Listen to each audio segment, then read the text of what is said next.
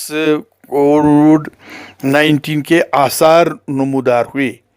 ابھی یہ پھیلا نہیں تھا،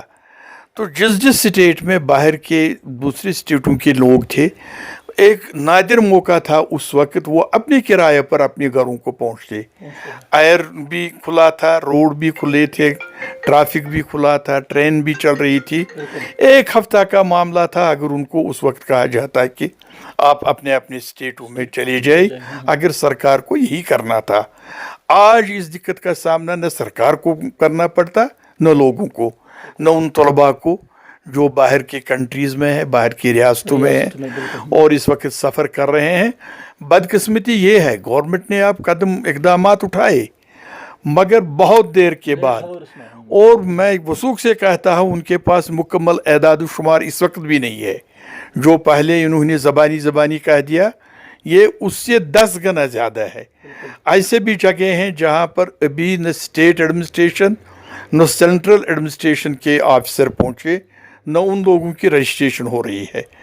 اور آپ یہ دیکھیے کہ انہوں نے یہ لاک ڈاؤن کیا، اب کہاں رہا وہ؟ ایک بس میں اتنے لوگ آتے ہیں، ایک ٹرین میں اتنے لوگوں کو سوار کیا جاتا ہے،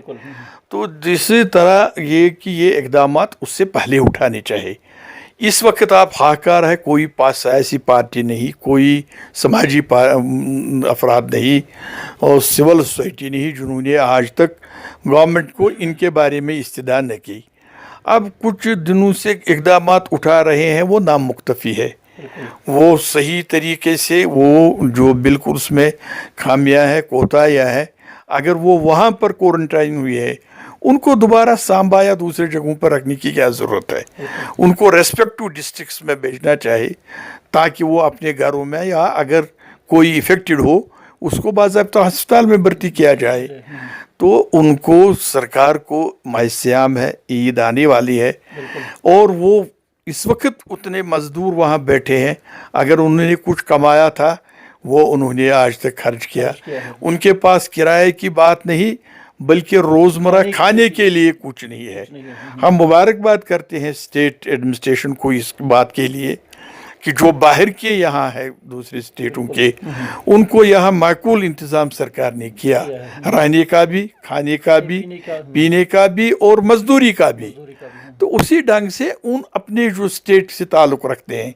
ویلی سے تعلق رکھتے ہیں، یا تو باہر ان کا ایسا بندوبست ہونا چاہیے،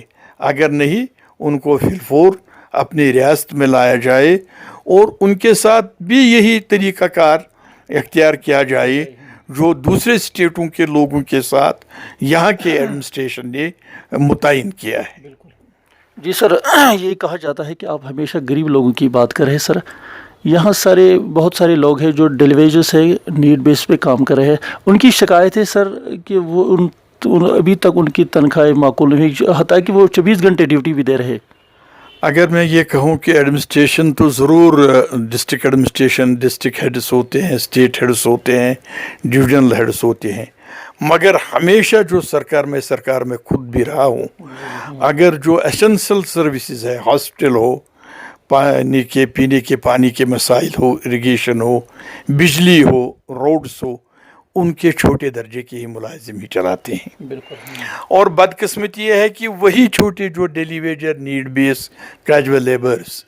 کام تو ان سے لیا جاتا ہے، مگر جو ان کی تنخواہیں اور اجرت ہونی چاہیے دینے سے سرکار ابھی تک قاصر ہے۔ سرکار کو چاہے کہ اگر آپ دیکھیں گے ہاسپٹلوں میں ایچ ڈی ایف پر کچھ لوگ لگائے گئے ہیں جو 8-8 9-9 سال سے کام کر رہے ہیں، اور آج کے ڈیٹ میں 24 گھنٹہ وہ متواتر اپنے جان کو خطرے میں ڈال کر ہسپتالوں میں تیمارداروں کی خدمت، بیماروں کی بس تیمارداری کر رہے ہیں، مگر ان کے ویجز نہیں دیے جا رہے ہیں۔ خاص کر میں ضلع بڈگام کی بات کہوں،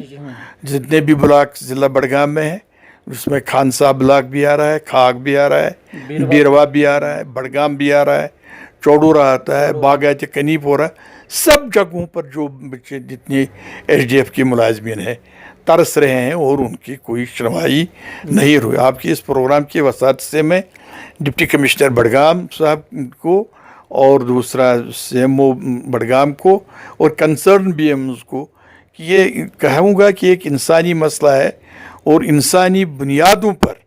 اس مسئلے کو اولین ترجیح دے کر ان کے ویجز واگزار کیے جائیں۔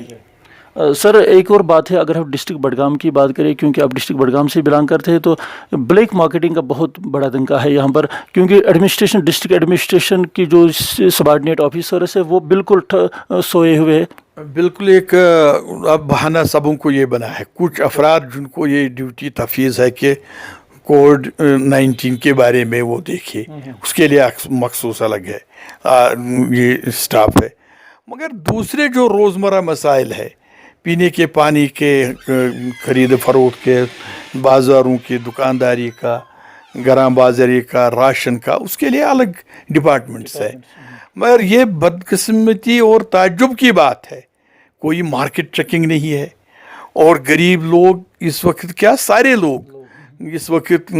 قسم پرسی کی زندگی بسر کر رہے ہیں، اور دوسری طرف سے کچھ مفاد پرست لوگ، سماج دشمن لوگ جو دو ہاتھوں سے لوگوں کو لوٹ رہے ہیں، اور ان پر کوئی قدغن نہیں۔ ہاں اس پر ہم بالکل ڈنڈا مارتے ہیں، اگر کوئی اس لاک ڈاؤن کی خلاف ورزی کرے اس کی کوئی مجبوری ہوتی ہے سرکار کو، اور جو ذمہ دار لوگ ہیں ان کو اس بارے میں بھی دیکھنے کی ضرورت ہے، صبر تحمل سے کام لیا جائے اور ایک انسانی طریقے سے ان کو سمجھایا جائے۔ ڈنڈا برسانے کی یا سختی کرنے سے کوئی معاملہ آج تک حل نہیں ہوا، اسی لیے جو گرام بازاری ہے، بلیک مارکیٹنگ ہے، سرکار کو چاہے، ضلع انتظامیہ کو چاہے، ان کے پاس اس کے لیے الگ جو آفیسر متعین ہیں ان کو حرکت میں لائے، تاکہ متحرک کرے، تاکہ ان غریبوں پر یہ دوسرا بوجھ جو اب بڑھ گیا ہے اس سے ان کو چھٹکارا ملے۔ سر ایک اور بات ہے، جو ہم بجلی کی بات کریں، ایک طرف لوگ گھروں میں معصور ہے، بچے پڑھائی کرنا چاہتے ہیں تو بچے بھی گھر میں معصور ہے، الیکٹریشن کا بہت بڑا مسئلہ ہے یہاں پر، کیونکہ بچے موبائل سے آج آن لائن کلاسز بھی دے رہے ہیں، سو شام کے وقت پورے ڈسٹرکٹ کی بات اگر کریں، پورے ڈسٹرکٹ میں بالکل اندھیرا ہی اندھیرا ہے۔ اگر آپ دیکھیں گے کہ بجلی کا نظام ویسا ہی جو ہم نے یہاں پر موسم سرما میں شروع کیا تھا، ابھی اس میں کوئی موسم گرما ہونے کے باوجود بھی کوئی شیڈول چینج نہیں ہوا۔ خاص کر ماہ سیام میں اگر ہم دیکھتے تھے، سارے سرکاری اس کا خاص خیال رکھ کر اس مقدس مہینے کا بندوبست اچھی ڈھنگ سے ہوتا تھا۔ آج کے ڈیٹ میں متعدد شکایتیں ہیں ہر ایک علاقہ سے، خاص کر اپر ریجن سے، چاہے وہ بیروا کا ہو، خان صاحب کا ہو، سرائر شریف کا ہو، یا ٹنگ مرگ کا ہو، یا کسی جگہ کا، متعدد شکایتیں ہیں کہ شیڈول پر